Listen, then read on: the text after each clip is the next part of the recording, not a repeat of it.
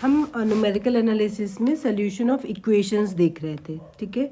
तो उसमें मेथड्स में बढ़ने से पहले आपको दो चीज़ें समझना बहुत ज़रूरी है। जो सबसे पहला है डिकार्ट रूल्स ऑफ साइंस, ठीक है। डिकार्टे रूल्स ऑफ साइंस क्या कहता है?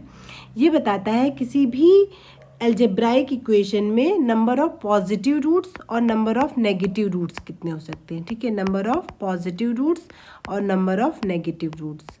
पॉजिटिव रूट्स जो पॉजिटिव होंगे, नेगेटिव रूट्स जो नेगेटिव होंगे, ठीक है। और अलजेब्राइक इक्वेशन में जो आपके कोफिशिएंट होंगे वो रियल होने चाहिए, ठीक है। तो देखिए पॉजिटिव रूट, मान लीजिए आपका कोई भी इक्वेशन या एक्सप्रेशन आपने एफ एक्स ले लिया, ठीक है। तो पॉजिटिव रूट के लिए आप एफ एक्स में number of sine change count करेंगे, ठीक है। Number of sine change, number of sine change जब इसके काउंट करेंगे तो आपको पता चलेगा जितने नंबर ऑफ साइन चेंज होंगे उतने इसके मैक्सिमम, ठीक है। एग्जैक्ट नहीं बताता है, ये बताता है कि मैक्सिमम कितने हो सकते हैं, उससे ज़्यादा नहीं होंगे। मैक्सिमम पॉजिटिव रूट कितने होंगे।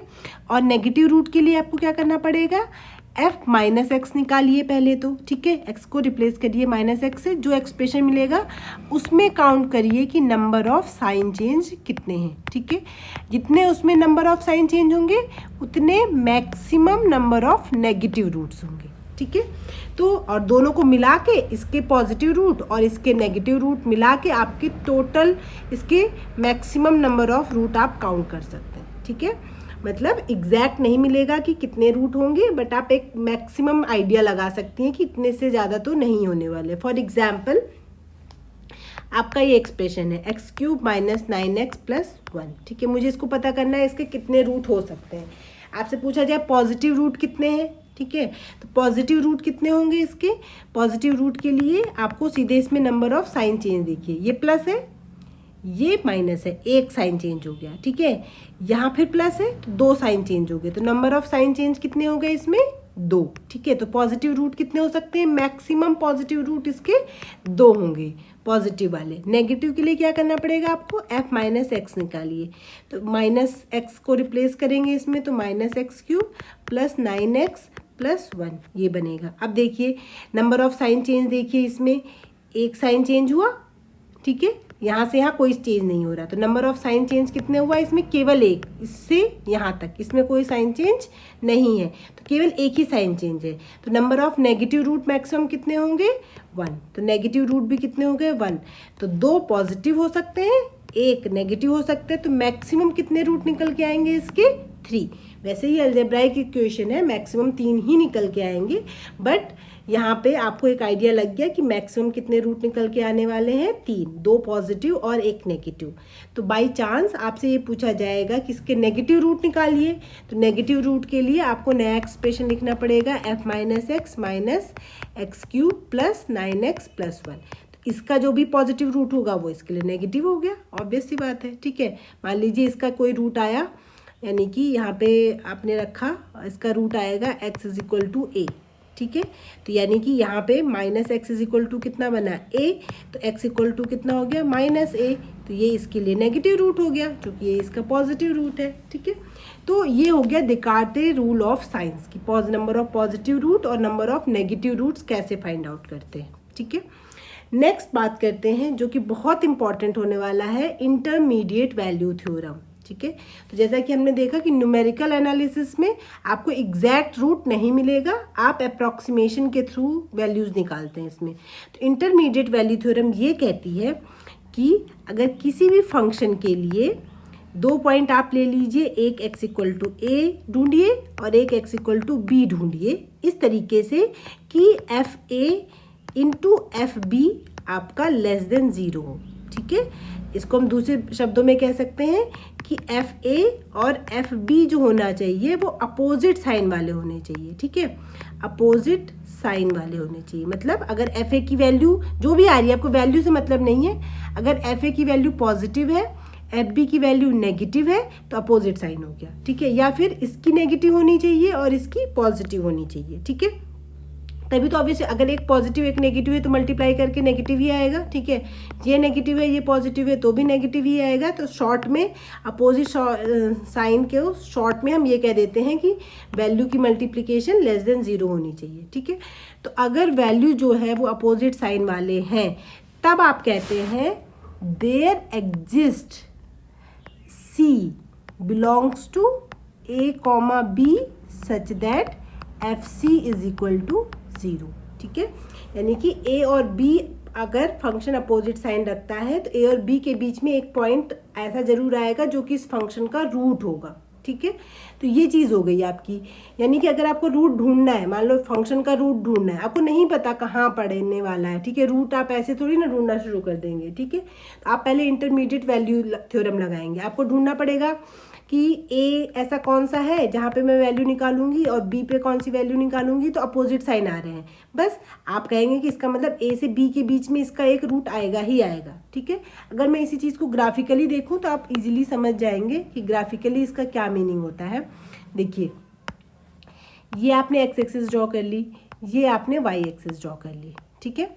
कोई भी फंक्शन आया, मान लीजिए ये आपका एक्स एक्सिस पे ए पॉइंट है, ये आपका बी पॉइंट है, ठीक है। और ऑब्वियस सी बात है, इंटरमीडिएट वैल्यू थ्योरम का पहली जो शर्त होती है वो होती है F x should be continuous, ठीक है। तब उसके बाद वो आगे का पोर्शन लगता है।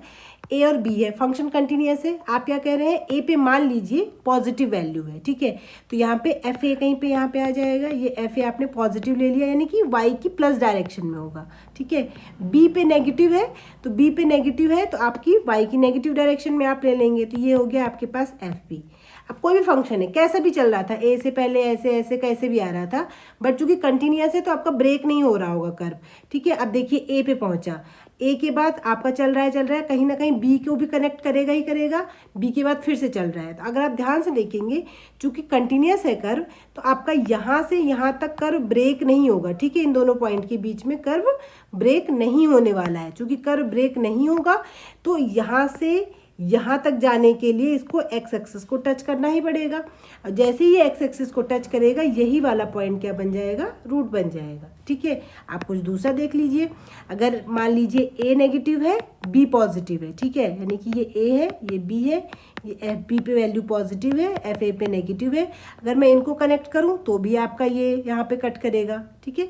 तो ये अपोजिट साइन के लिए और कंटिन्यूस फंक्शन के लिए हमेशा ही यही पॉसिबल है कि अपोजिट साइन के बीच में एक ना एक तो रूट एग्जिस्ट करेगा ही करेगा, ठीक है। अगर मान लीजिए दोनों सेम साइन होते तो सेम साइन के केस में क्या आप ये हमेशा गारंटी के साथ कह सकते हो। देखते हैं सेम साइन के केस में क्या बनता है। आपने लिया ये एक्स एक्सिस है, ये वाई एक्सिस हो गया, ठीक है। मान लीजिए ए और बी दोनों पे पॉजिटिव वैल्यू है, ठीक है। ये एफ ए हो गया और ये एफ बी हो गया, पॉजिटिव है, ठीक है। फंक्शन अभी भी कंटिन्यूस है।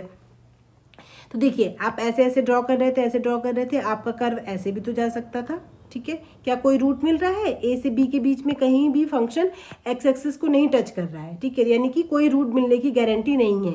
हाँ, पर ऐसा नहीं, गारंटी नहीं है, ऐसा नहीं कि नहीं ही होगा, ठीक है। अगर यही कर्व इस तरीके से ड्रॉ करते, मान लीजिए यहाँ पे आपने कह दिया ए, ये हो गया बी, यहाँ पे हो गया एफ ए और यहाँ पे हो गया आपका पास एफ बी। अभी भी दोनों में सेम ही डायरेक्शन में है दोनों वैल्यूज़। अगर मैं इसको इस तरह से ड्रॉ करूँ, ऐसे करके आ रहा है, ऐसे करके आ रहा है, ऐसे करके आ रहा है, ऐसे, तो अभी भी तो टच कर रहा है, ठीक है। लेकिन जैसे हमने प्रीवियस केस में देखा, अगर ये ग्राफ इस तरीके से जाएगा तो टच नहीं कर रहा है, अगर ये ग्राफ इस तरीके से जा रहा है तो टच कर रहा है, ठीक है। यानी कि दो रूट हो रहा है। तो इसका मतलब ये है कि अगर सेम साइन है, ठीक है, तो या तो दो केस बनते हैं। सेम साइन के केस में दो केस बनेंगे, ठीक है। सेम साइन के लिए दो केस बनते हैं। एक तो या तो नो रूट होगा, या होंगे तो इवन नंबर ऑफ रूट होंगे, ठीक है। यानी कि दो होंगे, या फिर ऐसा नीचे गया तो एक बार ऊपर आएगा, फिर नीचे आएगा, फिर ऊपर आएगा। तो या तो देखिए 1 2 3 4, या तो इवन नंबर ऑफ रूट्स होंगे, ठीक है। लेकिन अपोजिट साइन वाले में गारंटी है रूट होगा ही होगा, ठीक है। रूट एग्जिस्ट करेगा ही करेगा। तो आपकी इंटरमीडिएट वैल्यू थ्योरम इसलिए इम्पॉर्टेंट है, ठीक है। आपको रूट को ब्रैकेट करने के लिए बहुत इंपॉर्टेंट है कि आपको ये नहीं पता कि कहाँ पे पड़ने वाला है रूट, बट आपको एक पर्टिकुलर इंटरवल मिल जाएगा कि जैसे आपने ये ड्रॉ किया, ये ए हो गया, ये बी हो गया। अगर अपोजिट साइन में है वैल्यूज़ तो आपको ये पता होगा कि ए से बी के बीच में कहीं ना कहीं तो पड़ेगा ही पड़ेगा, ठीक है। ये आपका ब्रैकेट हो गया एक तरीके से। और इस थ्योरम का हम जितने भी मेथड्स हैं हम उसमें बहुत यूज़ करने वाले हैं। ओके, तो नेक्स्ट वीडियो से हम अगले मेथड्स में हम बात करें।